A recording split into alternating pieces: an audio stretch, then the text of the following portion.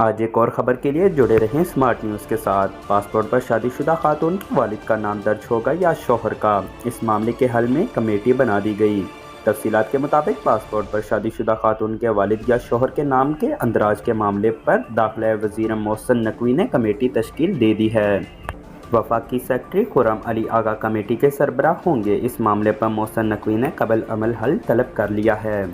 वफाकी वज़ीर दाखिला ने कहा है कि कमेटी के तमाम मसाइल जायज़ा लेकर बेहतरीन हल के हवाले से तजवीज़ पेश करेंगे। शादीशुदा ख़वातीन की सहूलत और आसानी को मद्देनज़र रख कर सिफारिशात तैयार की जाएंगी। इनका कहना था कि पूरी कोशिश है कि इस मसले का क़ायदा ज़ब्त के तहत फौरी हल निकाला जाए। इस हवाले से डीजी पासपोर्ट मुस्तफ़ा जमाल ने अपने बयान में कहा है कि शादीशुदा खातून का पासपोर्ट में नाम के साथ शौहर का नाम दर्ज कराना कानून है।